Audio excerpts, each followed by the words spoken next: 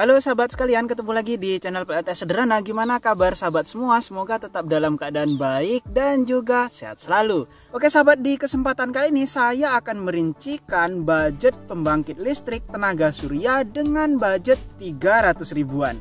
Namun sebelum saya lanjutkan ke pembahasannya, jangan lupa untuk di-like dulu video ini. Dan bagi sahabat yang baru berkunjung, silahkan di-subscribe dahulu. Oke, mungkin di antara sahabat ada yang tinggalnya jauh banget dari aliran listrik PLN. Bisa jadi tinggal di gubuk yang kondisinya di kebun, sehingga untuk PLN itu benar-benar tidak bisa menjangkau. Nah, sebenarnya untuk penerangan listrik di gubuk kebun ini cukup menggunakan pembangkit listrik tenaga surya yang budgetnya sekitar 300 ribuan saja.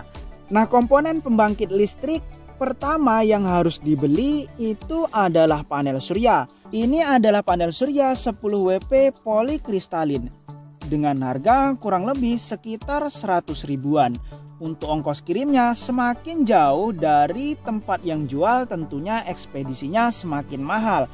Tapi ya sekitar 20 sampai dengan 30 ribuan saja. Jadi jika ditotal-total untuk panel surya ini sekitar 120 sampai dengan 130 ribuan saja. Selanjutnya untuk komponen pembangkit listrik tenaga surya yang harus dibeli adalah aki ataupun baterai. Ini adalah aki yang biasanya digunakan untuk sprayer. Untuk kapasitasnya baterai ini sekitar 8 Ah dengan voltase 12 volt. Dan untuk harganya ini sekitar 130 sampai dengan 150 ribuan. Selanjutnya, selain aki dan panel surya dibutuhkan controller untuk mengecas baterai ini. Di sini bisa menggunakan step down 5 ampere yang fungsinya untuk menurunkan tegangan dari panel surya yang biasanya 18 volt diturunkan ke tegangan sesuai penuhnya aki ini, biasanya di 13,8 atau 14 volt. Untuk harganya ini sekitar 13.000 sampai dengan 15.000 saja. Selanjutnya, karena ini menggunakan step down, maka dibutuhkan sejenis voltmeter untuk mengetahui berapa voltase yang keluar dari step down ini. Untuk voltmeter ini harganya sekitar 12 ribuan saja. Dan komponen terakhir setelah panel surya, aki, step down, voltmeter, maka yang dibutuhkan adalah lampu DC sebagai penerangan untuk di gubuk. Untuk lampu DC yang saya pegang ini adalah lampu Visero DC 5 watt. Sementara untuk harganya di kisaran 5.000 sampai dengan 10 ribuan saja. Untuk satu lampu DC 5 watt ini bisa bertahan hingga 12 jam. Sementara jika ingin menggunakan dua lampu, maka untuk lampu DC-nya ini cari yang 3 watt saja. Sehingga 3 watt ditambah 3 watt hanya sekitar 6 watt. Dan untuk lampu 6 watt juga masih bisa bertahan sekitar 12 jam. Dan jika sahabat ingin menggunakan kabel lampu ini lebih panjang, tentunya harus menambah budget lagi. Oke sahabat, jadi untuk komponen pembangkit listrik tenaga suryanya sudah saya rincikan satu persatu. Mulai dari panel surya, kemudian aki, kemudian step down, voltmeter, dan lampunya. Untuk total budgetnya dari komponen PLTS ini kurang lebih 300 ribuan. Ya mungkin dengan ongkos kirimnya bisa jadi 350 ribuan. Atau lebih mahal sedikit jika untuk lokasi tinggalnya ini lumayan jauh. Ya tergantung ekspedisinya, semakin jauh pengantarannya tentunya akan semakin jauh untuk ongkos kirimnya.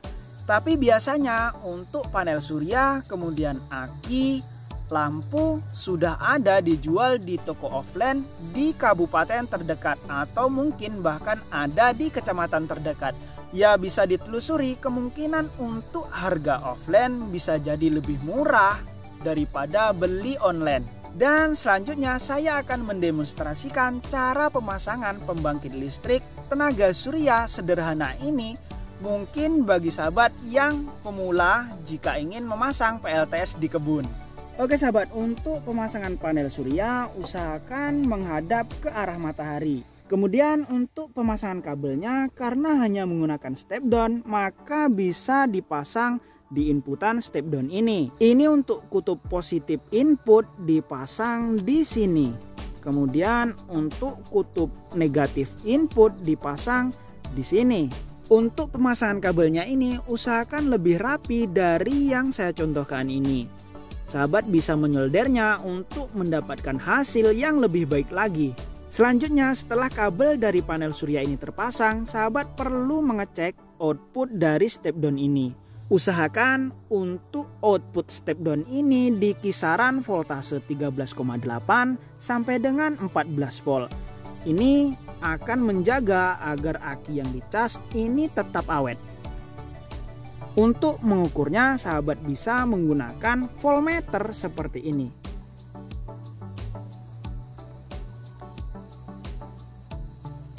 Untuk kutub negatif, sambungkan ke output step down negatif. Kemudian untuk kutub positif voltmeter ini hubungkan ke output kutub positif dari step down.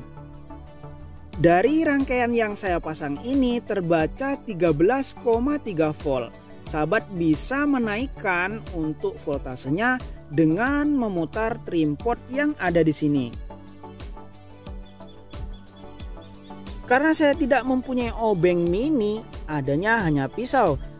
Untuk menaikkan tegangan cukup diputar ke arah kanan sampai dengan voltasenya sesuai. Atur di kisaran 13,8 volt sampai dengan 14 volt. Saya mengatur di 13,8 volt saja. Selanjutnya, setelah panel surya ini terhubung ke step down, kemudian sudah terukur dengan voltmeter, maka sudah bisa digunakan untuk mengecas baterai. Untuk kabel output negatif dari baterai bisa langsung dihubungkan ke output negatif dari step down.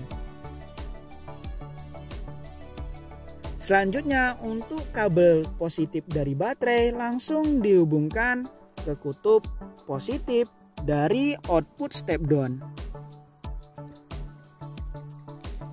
Setelah kabel dari baterai ini terhubung ke step down, perlu dicek apakah voltasenya ikut menurun. Jika voltase di voltmeter ini menurun, artinya panel surya sedang melakukan pengecasan.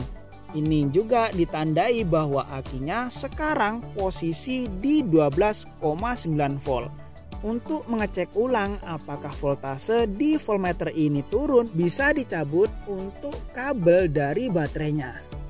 Terlihat untuk voltase di voltmeter ini naik ke 13,8. Sementara jika dijepitkan lagi akan turun ke 12,9. Ini artinya panel surya sedang mengecas ke akinya. Untuk pemasangan kabel dari aki menuju ke step down, sahabat bisa menggunakan saklar agar mempermudah ketika ingin melepas sambungan dari aki menuju ke step down. Yang terakhir adalah pemasangan lampu DC. Sahabat bisa langsung menghubungkan untuk kabel positif ke aki yang kutub positif. Kemudian untuk yang kabel negatif dihubungkan ke kutub negatif aki, maka lampu akan menyala. Begitu juga untuk pemasangan kabel lampu, saya sarankan untuk menambahkan saklar sehingga ketika sore sahabat bisa menyalakan lampunya dan ketika pagi sahabat bisa mematikan lampunya. Pemasangan saklar ini akan mempermudah pekerjaan sahabat sehingga tidak perlu menjepitkan seperti ini.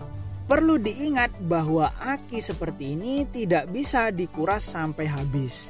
Sahabat juga harus memperhatikan voltmeter yang ada. Jika voltase di voltmeter ini sudah terbaca di bawah 11,7, maka untuk lampu harus dimatikan. Ini untuk menjaga agar baterai bisa digunakan lebih awet dan tahan lama. Oke sahabat, saya rasa untuk video kali ini cukup sekian dulu ya. Semoga bermanfaat bagi sahabat semua. Jika masih ada yang perlu ditanyakan, silahkan tulis di kolom komentar. Atau mungkin sahabat ingin belanja beberapa komponen PLTS, coba cek di pin komentar saya atau di deskripsi video.